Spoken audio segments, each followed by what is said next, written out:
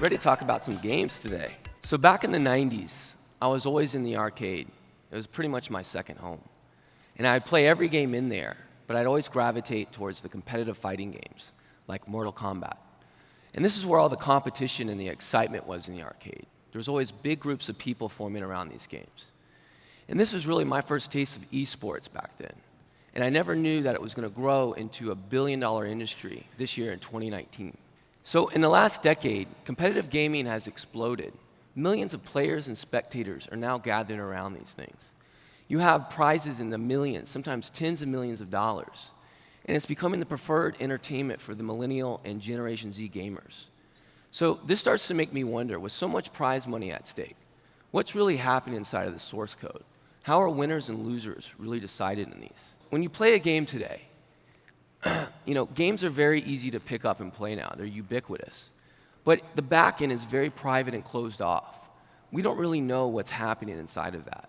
And we think there's a better way forward. And again, if you remember that, if there's millions of dollars at stake with these games, using BSV could actually change how this outcome. So when you play a game, every choice that you make, it has consequences on there. But what if you just took those choices and map it to the blockchain and store permanently? This could actually give new benefits for both the players and the developers and unlock new gaming insights. Think about analyzing player psychology. Why do they do the things inside of games? Or maybe new game styles, like the latest one is Battle Royale, but maybe you could figure out some new ones from this data. But best of all that I like is that not one company would own this data. It would be accessible by everyone. How do we fix this transparency problem? When we play these games, we're forced to trust these developers with how everything works. We have developed a system to link these player actions together.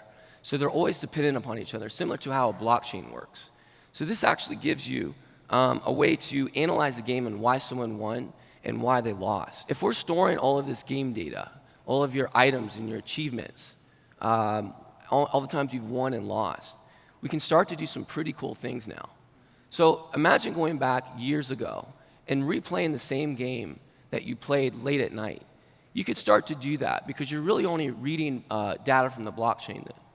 But what you could also do is start to actually watch live games anywhere in the world. So imagine going to, let's say, Japan and seeing what's happening over there and what are they playing and how are they playing it.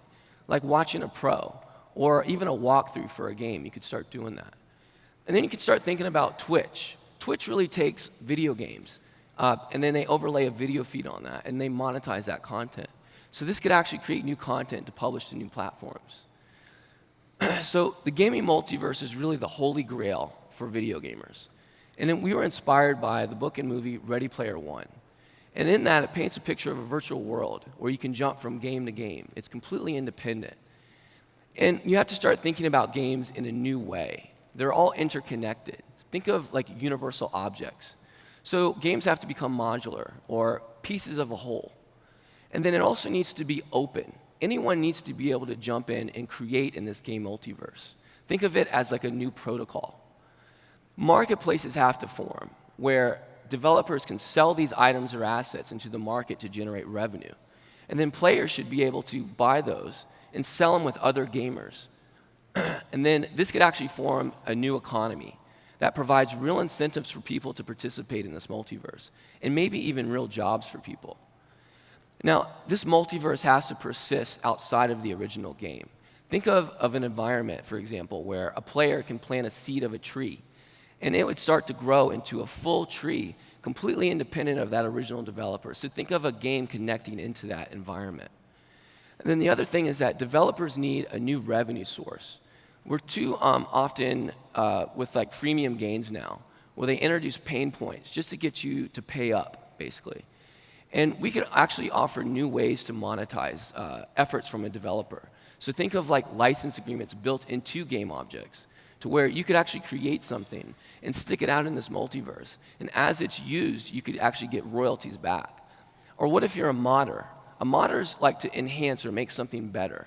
So you could actually take a complete game or even pieces of games and formulate them together, and all that revenue could go back to the original creators of those assets. So Alan Kay said that the best way to predict the future is to invent it, And that's why here at Kronoverse, we're building the future of gaming. Now, I'm going to hand it over to David, and he's going to go over to the technical overview of the Kronoverse platform. Thanks, Adam. So people have been talking all day about wanting to make things more boring, and we're kind of going the opposite way there. So, I want to start by asking, what makes a game? You can play around a kitchen table with your friends and family, or you can play online with 1,000 strangers.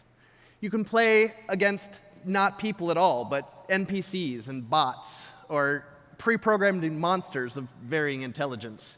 Or you can play by yourself in solitaire or Candy Crush. Games can be cooperative, where you work together to save the planet from an alien invasion. Or they can be competitive. Competitive among friends for some bragging rights and maybe a small wager. Or competitive professionally for big money, sponsors, and championships. Games can take place on a static board. They can take place in a dynamic environment or across many worlds. Games can be turn-based. They can be time-based. They can be continuous. They can be finite, or they can run forever. Games can involve skill, chance, or a combination of both. A few things that all games have in common are rules, actions, and some form of state. Now, state is the status of a game at a specific moment in time. So this includes things like who's playing, whose turn is it, how is the board laid out, what are a player's health, or what resources does a player have, and how much time is left. Players interact with this game by taking actions, which can be something like choosing which card to play in a card game, or what piece to move and where to move it to. Rules define the logic by which a player's actions are used to modify the game state. So if I'm playing a game of Super Mario Brothers, and I choose to take the action to jump, and the game state shows that I'm currently standing underneath a coin box, well, the rules of that game are going to update that state to say that I now have one more coin than I did before, and that that coin box is now empty. Rules can change the state in any way, as simple as adding a coin, or as complex as warping me to an entirely new world and changing the dynamics of the game in any fashion. And how we've got this implemented, game state can be rebuilt at any time by simply replaying every action that has happened throughout the course of a game. So if we take the example of a friendly game of chess, chess is very simple to implement, can be done in a peer-to-peer fashion because the rules are always the same. The game setup is always the same. The state simply consists of where are the pieces and whose turn is it. And the actions don't require any outside information. It's simply what the player chooses to do. And a game like that can be implemented really simply. But what if we make that a little more complex? If we take that example of chess and we make it a competitive game, where we need to randomly figure out which player goes first. And we need to set a timer on each player, that each player gets 1 minute to act. And lastly, what if we want to allow players to put wagers on the game? To do these things, we need some more information than what we can just get from the players themselves. And to do that, we have built a tool we call Chronicler. So Chronicler is an agent, an autonomous agent that just runs and watches players' actions. It calculates the state changes, and then it provides additional input to the game. With this, we can provide services such as escrows to allow players to contribute funds for fees or bonds or wagers into a game. And Chronicler will pay those out based on the rules that are implemented in a given game. Chronicler can also provide oracles to pull information from outside of the game in, such as local weather conditions, or to validate ownership of tokens on a blockchain. Chronicler also provides timestamping, random number generation, and is actively involved in managing the flow control of the game. So this stuff is only possible because we're doing this on Bitcoin SV. Bitcoin SV provides a number of unique features that are not available anywhere else, which is the only reason we can build this the way we have. It starts with the large op return support. So this allows us to actually store all the rules of the game as JavaScript code that exists in op return in Bitcoin transactions. That code is signed by the developers, so at any point, the clients that are running it can know that the code they are running is what the developer intended for them to run. It's also immutable, so it's not changeable, and it's fully auditable.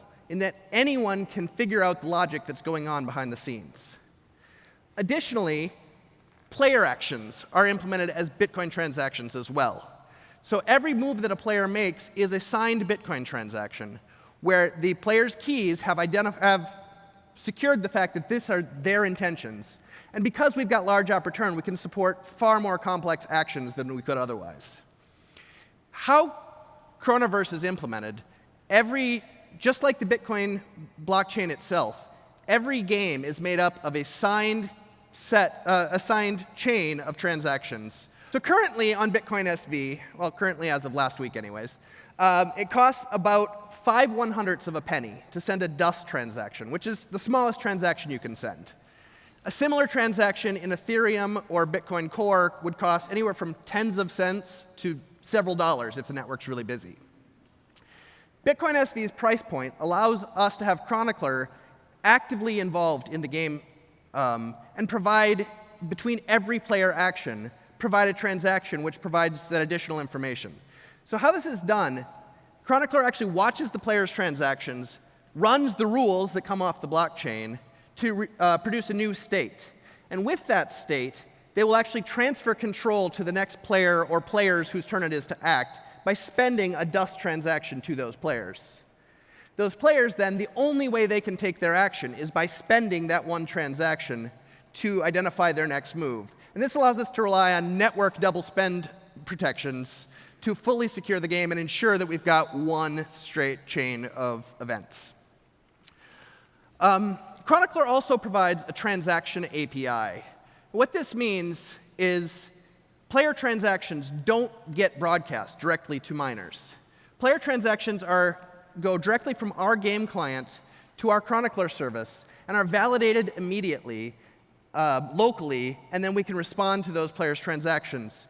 At that point, as soon as we validate it, we can broadcast it to the Bitcoin network, but we don't need to wait for it to propagate in order for us to start processing it, which means we can respond in very, very fast times. We're competitive with standard client-server game models. So now I want to talk a little bit about CryptoFights. And I want to walk you through the transaction flow of how transactions work on Bitcoin from CryptoFights. So we've got player 1 up top, player 2 at the bottom, and in the middle are the transactions that the Chronicler sends to a battle. So we start off by players making a commit transaction, which will, well, actually, let me back up. CryptoFights is a game where you build a fighter, and that fighter is configured with the stats that you choose, the images you choose, what you want them to look like, how you want them to behave. And those fighters exist as tokens on the blockchain. We also have a number of weapons and armor, which also exist as tokens on the blockchain. So when you commit to a battle, you actually are selecting your fighter, your weapons, your armor that you want to put into a battle and fight. So the commit transaction will take the configuration that you've chosen, generate a hash of that, and submit that to the blockchain. That can also include wager information if you want to put a bet on your fight.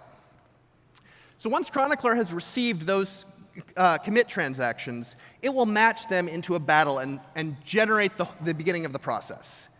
From there, it'll transfer flow of the battle back to both players. They will, through an init transaction, commit their actual configuration.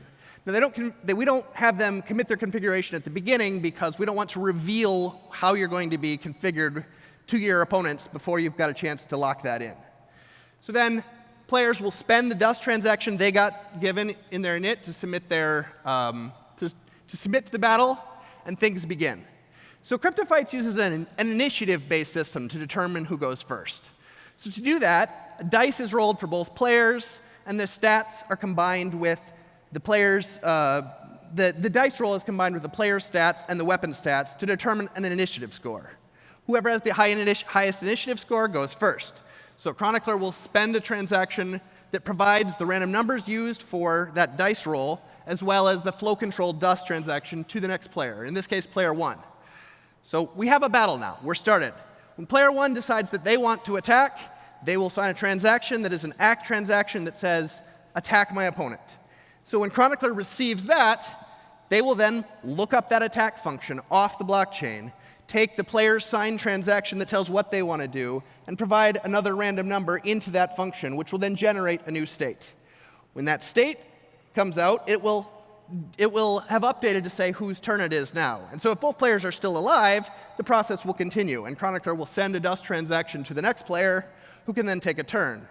But if one of the players is dead, that changes. And we don't flow to another player. Instead, we will pay out the wager that the players have put on that battle. So now I want to actually show you what this looks like.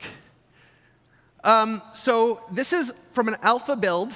It is not, the players at this point are just attacking each other automatically. So there's no really user interface, and this is not a final user interface. So here we see both players selecting from their fighter. Well, one player first, then the next player. OK, so they are going to get matched. On the right-hand side, what you're going to see are the log of the actual Bitcoin transactions flowing by. So here you see up top, they've committed, they got matched. We have the begin transaction. And what I want to show you right here is how quickly, from a player taking an action till we can respond to resolve that action.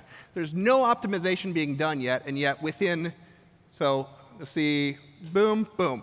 Within half second, they've submitted their transaction to our server, we've processed it, we've validated the Bitcoin transaction as valid, and then we respond to it and update the state of the battle. So then we're going to show you quickly, as Adam mentioned, things are fully recorded to the blockchain. So this is an example of someone finding a previous battle that they have fought. And you can then pull that up and watch that. Now, this isn't writing new transactions at this point. This is simply reading the transactions that have already happened from the blockchain. So we are really excited about what this enables us to do, both with developing our own games and as well as opening up the ecosystem to other developers, where we can provide the services of providing random number generation, providing the things that they need to be able to calculate the new states of their game. But things don't rely on us. The code lives on the blockchain, and the protocol is all open. So if we go away, someone else can stand up services that do exactly what we do, and the ecosystem can live on without us. So thank you.